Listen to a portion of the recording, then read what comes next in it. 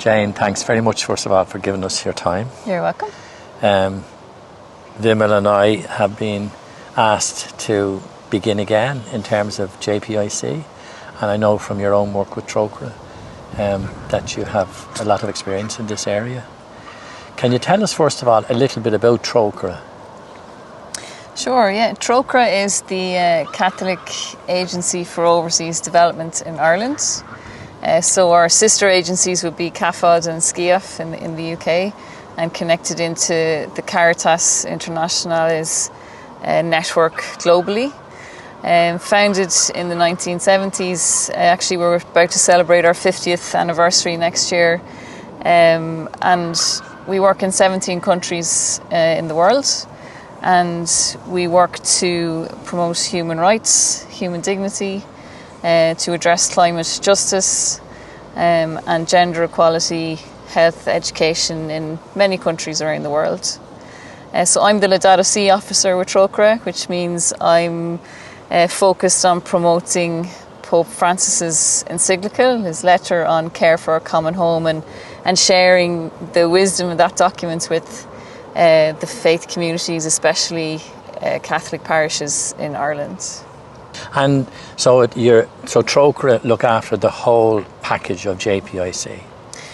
I suppose we have a dual mandate, which is our overseas work in promoting human development, but also to create awareness on issues in development, education, justice, peace, integrity of creation with the Irish people also. But there are, I suppose, a wider church movement in Ireland in terms of the Bishops' Conference and its Justice and Peace Commission. So Trocaire would be part of that wider network in Ireland as a whole, yeah. Can you tell us, Vimal and I have been asked to sort of take up a leadership role for the Oblates in Scotland, Wales, England and Ireland to begin with. And then Vimal is keen to look at what's happening in Europe with the Oblate family in Europe and even internationally as a global family, a global congregation. Can you point us in the right direction? Where should we be starting? What should we be looking at? Where are the resource people or the resources that we should be thinking about? Yeah, it's a $1 million question. I suppose, you know, in my own work, I'm conscious that Pope Francis has launched the Laudato Si goals, just to as a starting point even. These are 7 goals, so you're familiar with the Sustainable Development Goals, which are well known. We now have the Laudato Si goals, which Pope Francis has asked 7 sectors of church to try and achieve by 2030. And the 7 goals, while they're called the Laudato Si goals, they actually have a wide spectrum in that they're aiming to promote integral ecology. So to promote the idea that's put forward in Laudato Si that everything is interconnected. So if we're working for justice, we must also work to protect creation and vice versa. And the 7 goals include issues like eradicating poverty, the dignity of life, as well as caring for creation, listening to the cry of the poor, promoting an ecological spirituality, and all of that. So I think the focus across the church globally at the moment is very much on these Laudato Si goals and how we might interpret them for where we are and the context we work in, and how we might work to achieve them by 2030. So it's exciting, I think, because Pope Francis has given us this roadmap to 2030 to say, okay, this is Laudato Si, but this is the blueprint for putting it into action. So I know in my own work I'm trying to promote these goals and to journey with parishes or dioceses or congregations who are interested in implementing them. But it's not an easy task. It needs reflection, discernment. It needs a team behind it who are passionate and have vision to see what we might do. But it is a journey that can be taken step by step. It's not something you achieve in a few weeks. It's very much a long-term plan.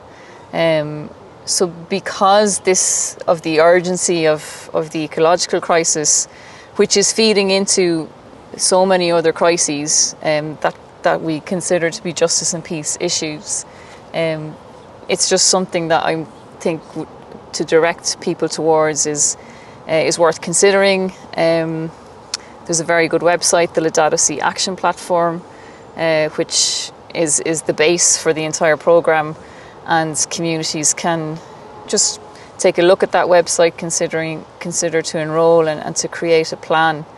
I think we need to take this integral ecology vision very seriously, that it's not just about Laudato Si, the documents.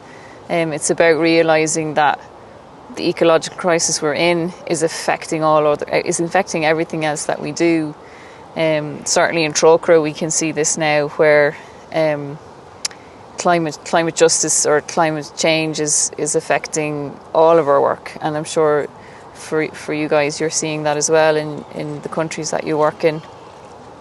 So it is the issue of our time, and just in that spirit I would be directing people towards that programme, and just to see and reflect if it's something that fits where you're at the time. Yeah.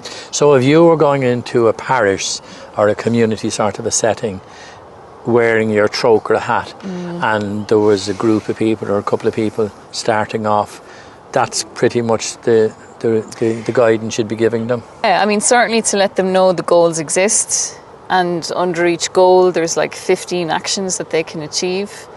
But in Ireland we're quite lucky in that we have another organisation called Eco-Congregation Ireland, and they award parishes what's called the Eco-Parish Award.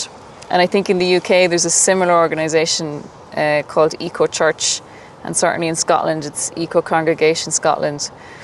So in order to achieve the Laudato Si goals, I would suggest to a parish that they use the Eco-Congregation programme to do that, because it exists, it's well established, it's very tangible, there's very clear actions to achieve your bronze award, and then a few years later your silver, and then your gold.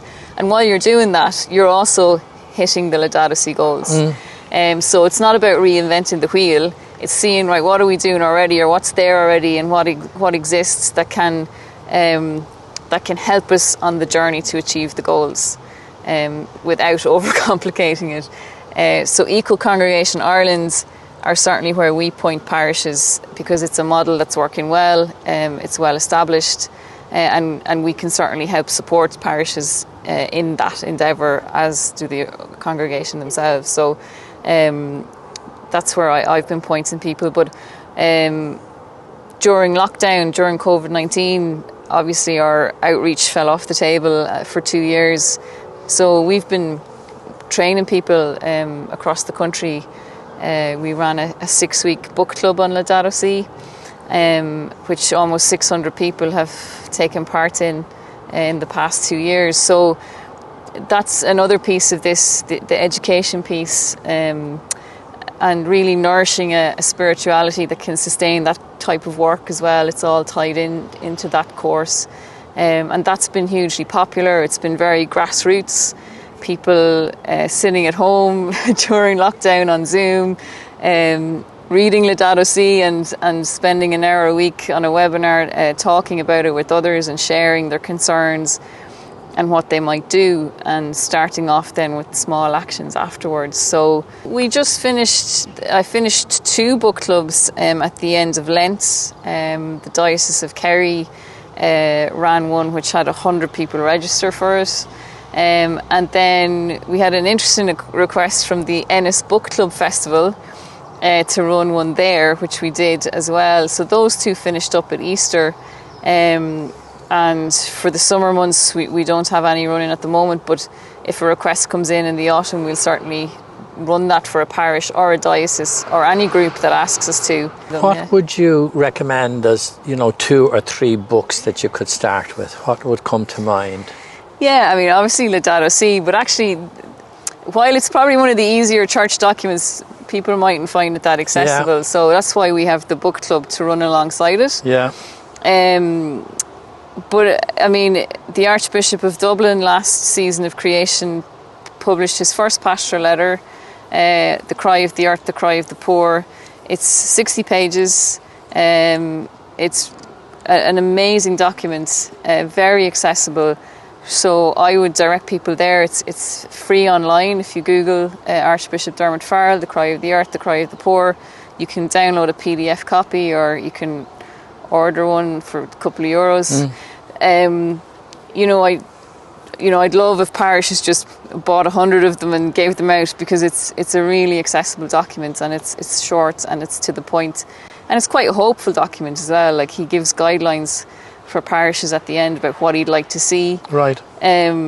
One of them being that this issue be placed on the agenda of every parish council at every meeting. Right. So, he cares about this issue. So that's definitely one place to go. And then Laudato Si itself will be another area. And if people are wondering about what they might do, there's a wonderful booklet called The Faith Community Pollinator Plan. You can get that online as well. And it's just this lovely kind of workbook almost for parishes about how you might rewild your church grounds. And what I like about that one is it's just very practical and an easy place to begin, and something that young people would really get into as well. And that's free online. If you go on to pollinators.ie, and it's part of the National Pollinator Plan. So Jane, you spoke a little bit about an ecological spirituality. What does that look like? I suppose Pope Francis mentions in Laudato Si that at the heart of the ecological crisis, when you peel back all the layers of it, you're faced with a deep spiritual crisis. So he says we've forgotten who we are and where we've come from. And he says in order to address the crises we face, we need to begin with spirituality, with this movement of the heart, and creating spaces for people to experience a change of heart. And he advises us that the very first thing we should do, considering the enormity of what we face, he says the first thing we do is very simple. We go back to nature and we reconnect with the sense of awe and wonder, like a childlike sense of awe and wonder for creation, and to see the glory of God in everything. So he talks about soil, the wind, the wildflowers, the trees. There's a beautiful quote where he says, looking at this as a caress of God, and realising through that experience how interconnected we are, but falling in love with the earth again, and then we will want to protect it, to paraphrase Laudato Si, but also out of this deep connection with creation, that we start to realise that we have a vocation to protect God's creation. It's the very first commandment, we're told in Genesis, to till and keep the garden of the Lord, not to plunder and destroy it. So this, like, cultivating an ecological spirituality involves all of that. And I think this is the role faith communities have to play. And even the scientists say this. They say no one was ever converted by a pie chart or a statistic. They tend to shut us down or overwhelm us. But the role of faith communities, and all faith communities in the world, are to create spaces for this ecological conversion to happen, and that's cultivating that spirituality. So, like, one example is in the Christian churches we have the season of creation in September, and we have 5 weeks of that season in the liturgical calendar where we could be bringing this into everything that we do in terms of liturgy and worship. So that's just a taster of what that might mean.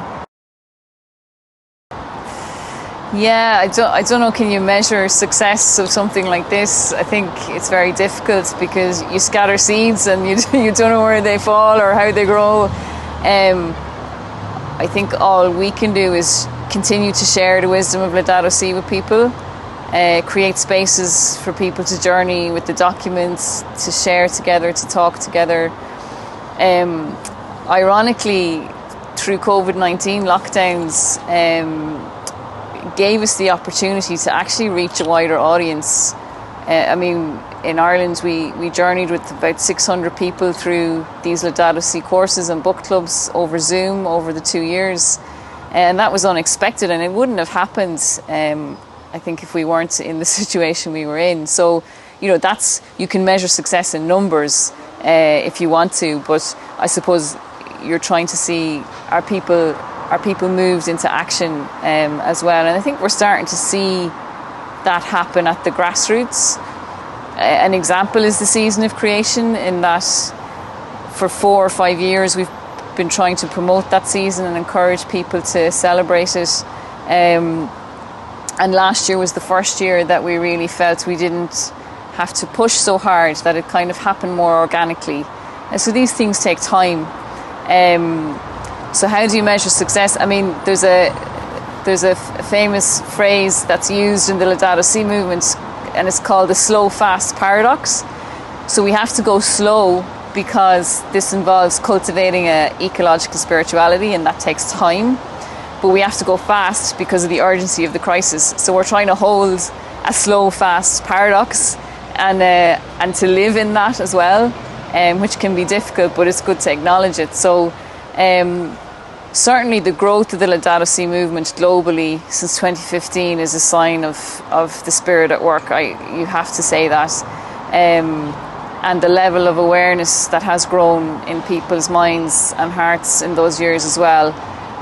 So certainly we're in a different place to where we were before Laudato Si was published. I mean, it has been a great gift to the church, but there's so much more to do. And I mean, when it was published, I was actually working for the Archdiocese of Dublin. I was in parish ministry, but I remember the week it was published and reading it and just kind of saying, "Oh, hallelujah!" Like, we've been waiting for this for so long, and it just brought that freshness in theology and spirituality, as well as like naming the enormity of the scientific facts of what our world is facing. It held it all. And then for me, I was invited to help bring Laudato Si to the World Meeting of Families in Dublin in 2018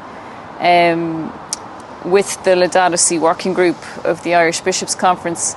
There's a huge team of us that worked together to try and promote Laudato Si at the World Meeting of Families. So that provided a very practical, hands-on experience for me.